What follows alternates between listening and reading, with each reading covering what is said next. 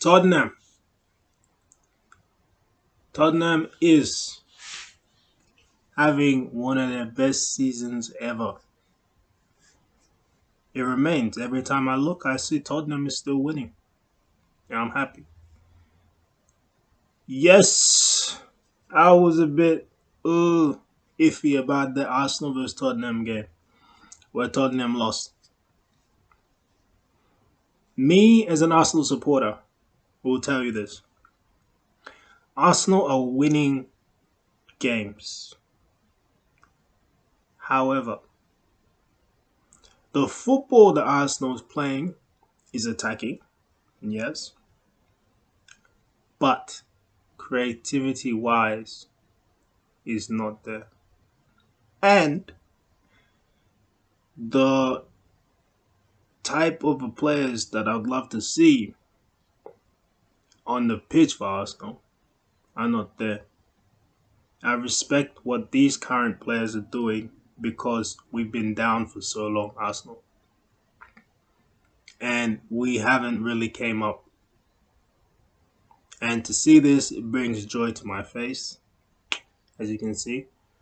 But will it transfer into anything? Because it's very early in the season. And Arsenal have to keep this momentum going, keep this momentum going. Because I don't want to be fourth. Oh, you made it to Champions League. You got to Champions League, can't get past quarterfinals. That's not a good way to be an Arsenal supporter, which has been what's been happening. That's not a good way to be, you know. So this before with Arsene Wenger, very good manager, but before just let's just become fourth every time. Let's be fourth, and then we go to Champions League and we can't even get past like the quarterfinals or something like that. So we don't have any trophies. Particularly, so that means we don't have any trophies now.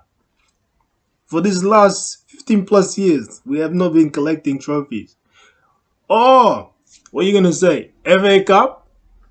That's what you're gonna talk about. FA Cup, Carabao Cup, all these types of cups that are just so tiny that don't even matter. That is just like they're doing it just to make extra money in the community type cups, which is good. Which is what I like. Charities getting money, communities getting money. That's good. But in terms of competitiveness, there's no competitiveness as the Premier League, Champions League. That's the where the competitiveness needs to be. You win your league, you win the cup of all the other leagues, top leagues. Wouldn't that be particularly great for us? But we'll see. I digress. Tottenham. Tottenham lost that game about 3-1 or so. It's okay because I still am under the premise that Tottenham is going to win the league. Why am I still under this, regardless of what that scoreline said? Is because week in, week out, I see Tottenham versus other teams and still winning. Before the season started, Tottenham went and collected the right amount of players. That I think. Having Bashuma, Richarlison, and all these types of players, Perisic, adds a depth to their team. Lingley in defense. These are all players that we want to see added. So for Tottenham, I see what they have. I see they have Kane. I see they have Son. I see they have Kulusevski. And I see there's more for them. Probably shouldn't have not got rid of Bergwijn. That's why I was really extra. Because I was like, What the hell? What does not the team aside from probably Man City where they had Sterling? Then if they were to add Sterling with the Haalands, it's what that would whoa. What the hell? Now they're whoa. Man City's whoa. But if they had kept him, that would have been another whoa. So Tottenham is still for me the bigger hitters in this game because no one is gonna tell me, no one's gonna tell me that they don't look. Tottenham doesn't look scary. They don't look scary. There is the element of you knowing that Tottenham could finish off this season strong. Watching them play is not been particularly exciting. Yes, that's true. But the results are saying something. The squad that they have is saying something for me. So that's why I'm like this with Tottenham. If you can get someone to tell me otherwise, I'll give him a clap. But until that day comes, Tottenham is still looking like they're going to win the league.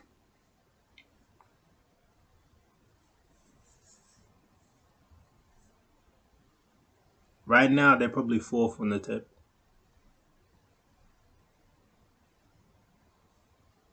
Fourth on the table. So let me even check. Let me even check. Like I don't I've been let me check, man, because nothing's been particularly exciting about football apart from Haaland going crazy. They're third on the table. One loss. One loss. Man City with their recent loss to Liverpool. One loss. Arsenal with their loss to Man United. One loss. Right? Tottenham on equal footing with Man City right now. 7 wins, 2 draws, 1 loss. 23 points now. Arsenal on 9 wins, 1 loss, 27 points. Goal difference. Goal difference. Man City have 23 goals. Tottenham have 12 goals in goal difference. Arsenal have 14 goals in goal difference. So, Tottenham, if they push their goals up, which they can, if Son gets a hat trick, if Kane gets 2 goals, if Kulusevski scores 2 goals, if they just keep doing like that, it's gonna build up. They can catch up to actually to Man City.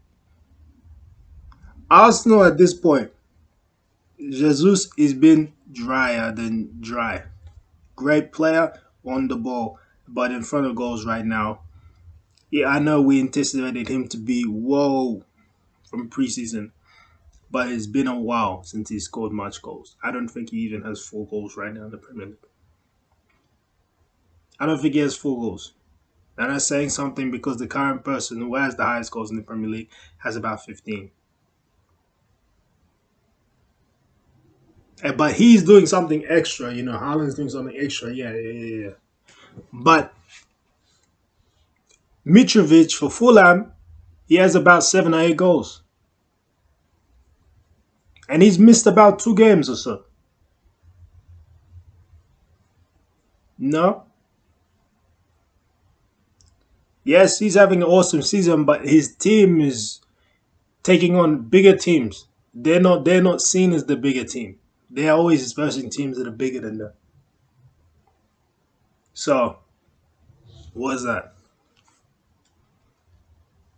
Jesus may be tied right now with Firmino for the amount of goals. And Firmino just came back to playing for scores, for scoring and scoring.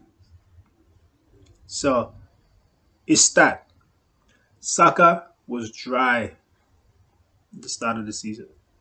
But now Saka seems like he's gotten his head back together of last 4 games or so, and he's scoring. So that's good. Martinelli at the start of the season much better, but now I think he's falling a bit by the wayside. Odegaard is maybe the one of the more consistent guys out of them who's just appearing and appearing. And Smith Rowe is doesn't have the stamina, but he's a great player. He's doing what he can. But look at those guys. They don't look like they're gonna score. Each of them don't look like they're gonna score like what 10 goals plus each of them.